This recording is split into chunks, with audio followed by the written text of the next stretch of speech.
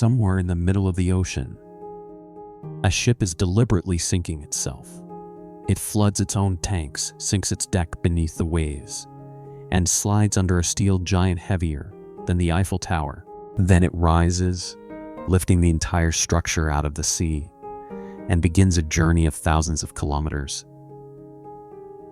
This is not a disaster.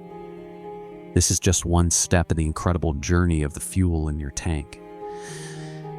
Every single day, nearly 800 million vehicles burn more than 7 billion liters of gasoline. That is enough fuel to fill more than 2,000 Olympic swimming pools every 24 hours without stopping.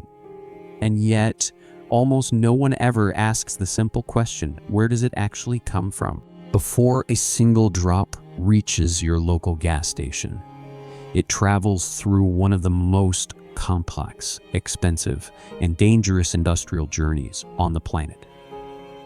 Stay with us because by the end of this video, you will never look at a fuel pump the same way again. Gasoline is a refined fuel made from crude oil, also known as petroleum. But it is not a single substance. It is a carefully blended cocktail of lightweight hydrocarbons. When those molecules burn inside your engine, they release a violent burst of energy, thousands of tiny controlled explosions every minute. And that is what pushes your car down the road, because it packs so much power into so little weight. Gasoline became the beating heart of the modern world: cars, motorcycles, small aircraft, generators. But the strange truth is that this fuel began forming millions of years before the first engine was ever built. The oil we burn today is the buried remains of ancient life, microscopic plankton, an algae that sank to the bottom of prehistoric seas, were crushed under kilometers of rock, and slowly cooked by the planet's own heat over tens of millions of years. Humans have known about oil for thousands of years, collecting it where it seeped to the surface, using it for waterproofing, lamps, and medicine. But everything changed in the 19th century, when the first commercial wells were drilled. Suddenly, this black liquid was worth more than gold, and the modern oil industry exploded into life. Then came the automobile, and the world's thirst for fuel became unstoppable.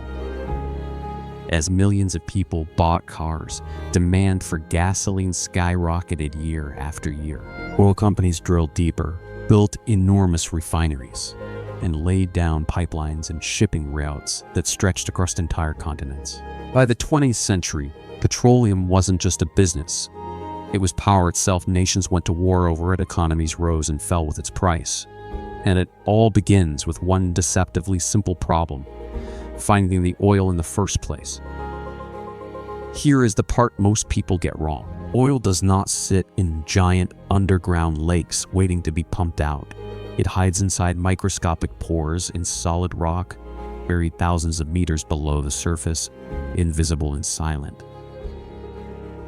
You cannot see it, you cannot hear it, and you cannot dig for it by hand. Geologists spend years, sometimes decades, studying rock layers and ancient landscapes just to guess where oil might be trapped. And even after all that work, most of the time, they're wrong. So, how do you find something you can't see, buried under kilometers of rock? You listen to the earth using a technique called seismic surveying. Engineers fire powerful bursts of sound deep into the ground. Those waves bounce off different rock layers and echo back to the surface, where thousands of ultra-sensitive sensors record them. Supercomputers then turn those echoes into a detailed three-dimensional map of the world beneath our feet, revealing the hidden structures where oil may be sleeping. It is quite literally using sound to see through solid stone. But even with all this technology, drilling remains a colossal gamble. A single exploratory well can cost tens of millions of dollars, and it can still come up completely dry. If the data looks promising, the drilling begins, and this is where the scale becomes almost unbelievable. Modern drilling rigs are among the most powerful machines humans have ever built. And they don't just drill straight down. Engineers steer the drill bit like a needle, curving it sideways, sometimes kilometers away from the rig, to slice through the exact layer of oil-rich rock. As the bit grinds through sandstone, shale, and limestone that has sat untouched for hundreds of millions of years, new sections of pipe are added again and again until the well reaches its target far below. At those depths, the earth fights back. The pressure is monstrous, hot enough and strong enough to crush equipment and blast oil to the surface in an uncontrolled eruption, a blowout. This is the nightmare scenario, the kind of accident that has destroyed rigs and cost lives. To prevent it, crews line the well with steel casing and pump cement into the gaps, sealing it like an armored straw. They also pump in a special engineered liquid called drilling mud, which cools the bit, carries crushed rock to the surface, and most importantly, pushes back against the crushing pressure below. One mistake here, and the consequences can be catastrophic. But some of the biggest prizes aren't under dry land at all. They lie beneath the ocean floor, under hundreds of meters of water. To reach them, companies build offshore platforms, some of the largest and heaviest structures ever created by human hands. The biggest of them weigh hundreds of thousands of tons and cost billions of dollars. Each one a floating city of steel bristling with machinery. And that raises a mind-bending question. How do you move something that massive out into the open ocean? The answer is one of the most jaw-dropping operations in all of engineering.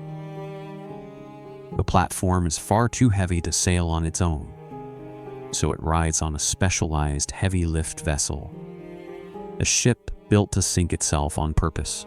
The vessel floods its own ballast tanks and lowers its deck beneath the surface, disappearing underwater.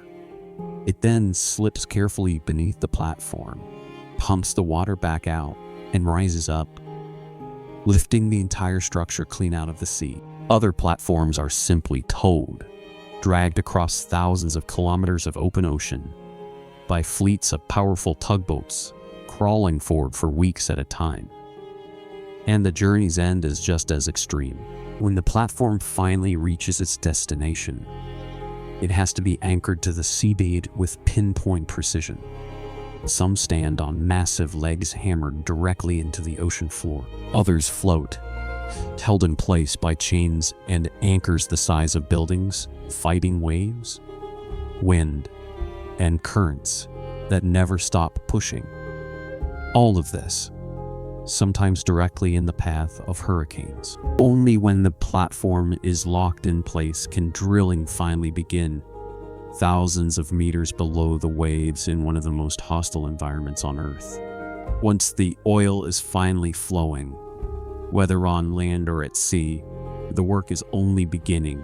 At first, natural underground pressure can push crude oil to the surface all on its own. But that pressure fades, and giant mechanical pumps take over, tirelessly lifting the oil day and night.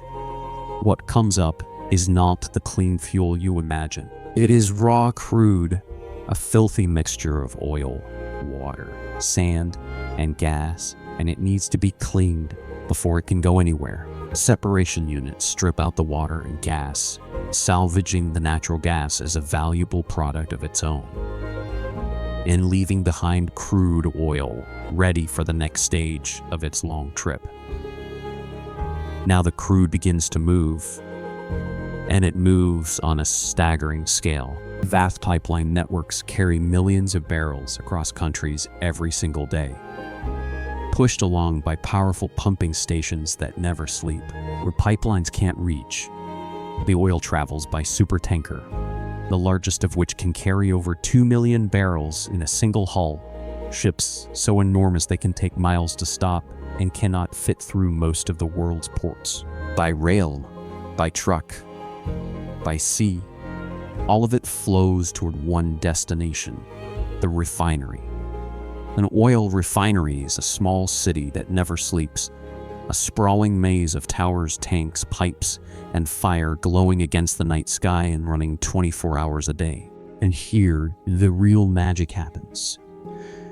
The first step is called fractional distillation. The crude oil is blasted with heat until it boils into vapor, then fed into a towering column. As the vapor rises, it cools. And because each type of hydrocarbon boils at a different temperature, they separate out at different heights, like a chemical rainbow.